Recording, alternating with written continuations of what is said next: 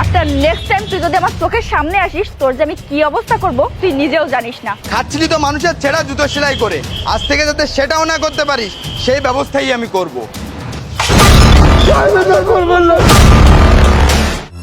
ভাইয়া কি সারপ্রাইজ দিবে বলো? আরে কি সারপ্রাইজ তাই না? তোর বয়ফ্রেন্ড তোকে বলেছিল না যে তার বাবা বিদেশে থাকে? এই দেখ, তার বাবা মুচির কাজ করে, এই তোর সারপ্রাইজ। ভাইয়া এসব তুমি কি বলছো? এই মুচি রিয়াদের বাবা? না না, রিয়াদের বাবা তো বিদেশ থাকে। আরে এই ছোট লোকের বাচ্চা তোকে যা বলেছে সব মিথ্যা কথা বলেছে। বিশ্বাস না হয় ওর কাছে শুনে দেখ এই মুচি ওর বাবা কিনা। আচ্ছা ভাইয়া, তা না হয় জিজ্ঞেস করলাম, কিন্তু তুমি আমাকে আগে এটা বলো তো, তুমি এত শিওর হচ্ছ কি করে যে এই মুচি রিয়াদের বাবা? আরে এতটা শিওর কিভাবে হলাম তাহলে শোন।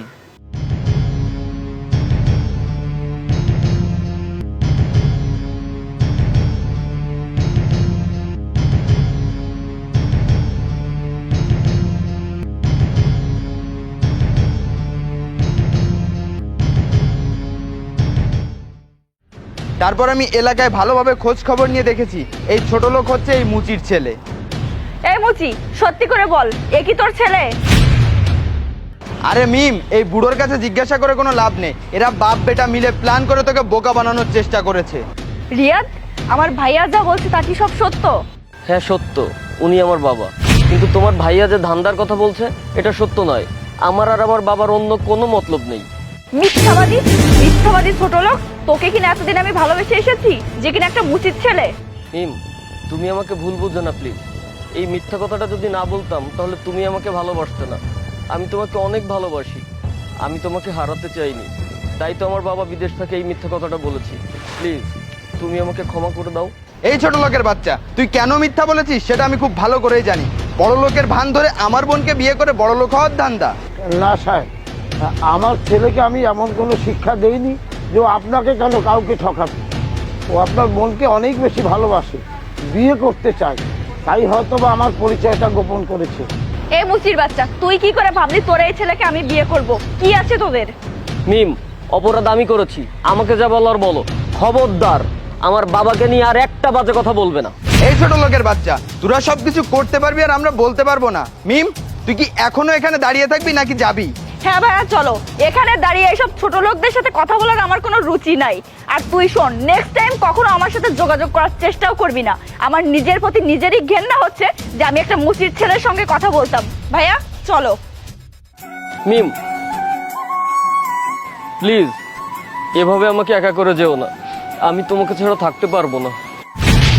আফটার নেক্সট টাইম তুই যদি আমার চোখের সামনে আসিস, তোর যে আমি কি অবস্থা করব তুই নিজেও জানিস না। ভাইয়া চলো।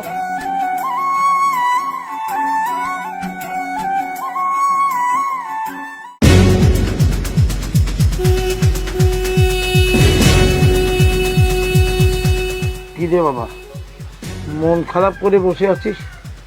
ও, বুঝতে পেরেছি, মিমের জন্য মন খারাপ। না বাবা, ওই অহংকারী মেয়ের কথা চিন্তা করে মন খারাপ করব? এমনি বসে আছি বাবা। বাবা, আমি তোর বাবা, আমি কি এতটুকুও বুঝি না?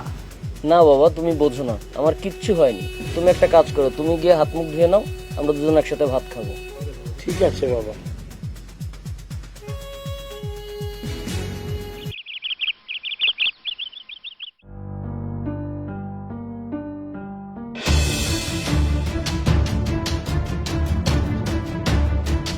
মা, একটু শোনো।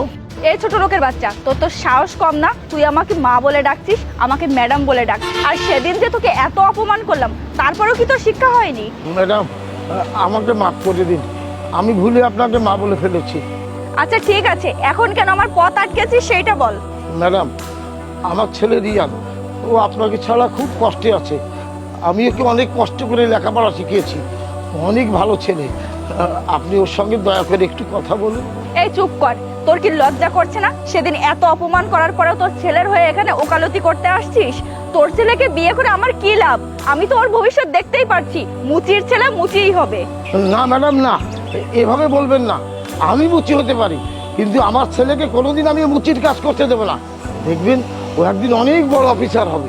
হ্যাঁ, মুচির ছেলে নাকি হবে অফিসার, দিনের বেলায় ঘুমিয়ে ঘুমিয়ে স্বপ্ন দেখ আমার পথ ছাড় আমি বাসায় যাব। আর শোন, সেদিন তোর ছেলেকে বলেছিলাম, আজ তোকেও বলছি, নেক্সট টাইম যদি আমার সামনে আসিস তাহলে কিন্তু তার ফলটা ভালো হবে না। ম্যাডাম, আমার কথাটা একটু শুনুন।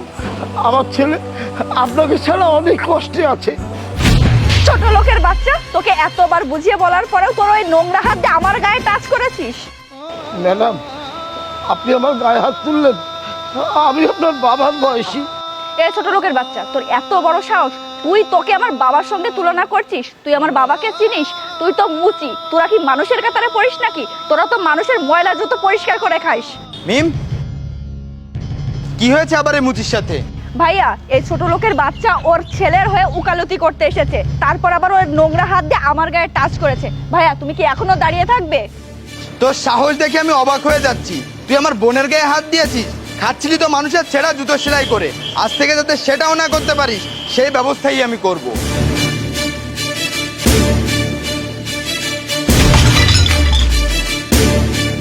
সাহেব, সাহেব, সাহেব, এটা করবেন না সাহেব।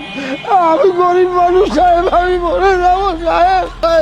আজ থেকে তুই যাতে এখানে না বসতে পারিস আর মুচির কাজ না করতে পারিস সেই ব্যবস্থাই করলাম। মিম, চল। সাহেব,